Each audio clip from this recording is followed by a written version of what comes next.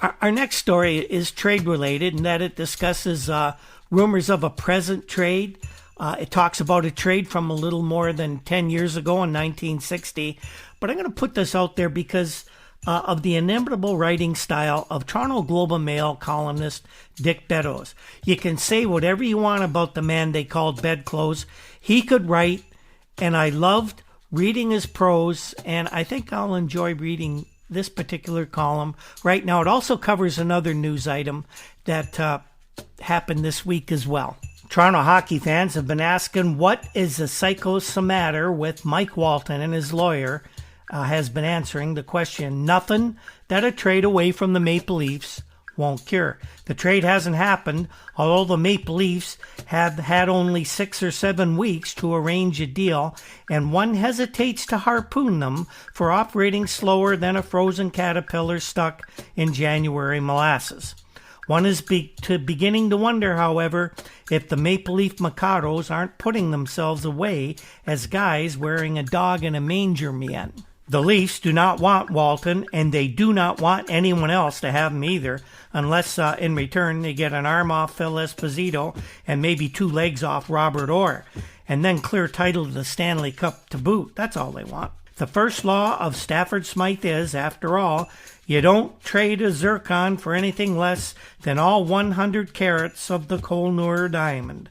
Walton's lawyer, R.A. Eagleson, keeps saying Michael is more of a rhinestone so far as his value to Toronto is concerned, and why don't the Leafs settle for a couple of dime-store trinkets in exchange? Mr. Eagleson was about to announce tactics to force such an exchange when yesterday he himself took ill with an impressive array of symptoms, subversive influenza germs, perhaps socialistic in nature, undermining his Tory constitution. Mr. Eagleson swore a complaint against the germs, took to his bed, and revealed through a courier that he'd be back later in the week armed with matching cufflinks and necessary documentation.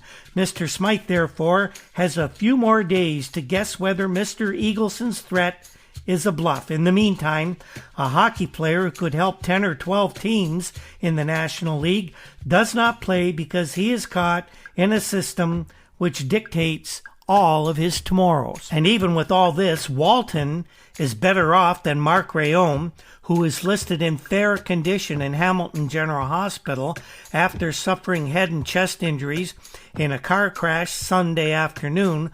Mark is still unconscious. Rayom? Sure, Toronto hockey fans know about him.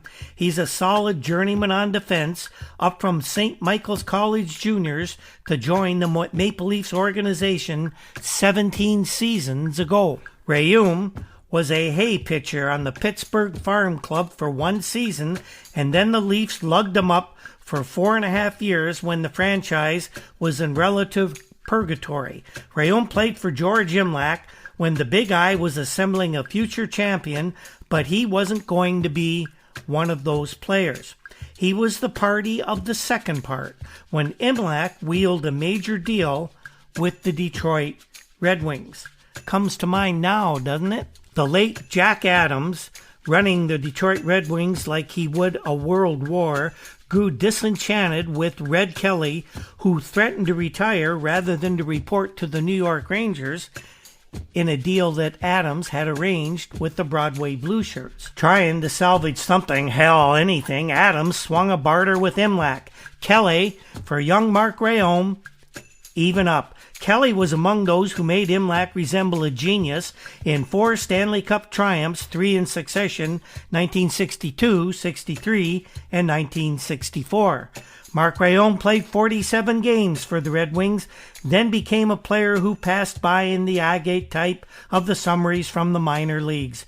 He paused at Hershey and Tulsa, Rochester last winter, in Vancouver, and selectors picked him as the most valuable player in the Western Hockey League last season. For some reason, the Canucks considered Rayom expendable when they expanded into the NHL this year.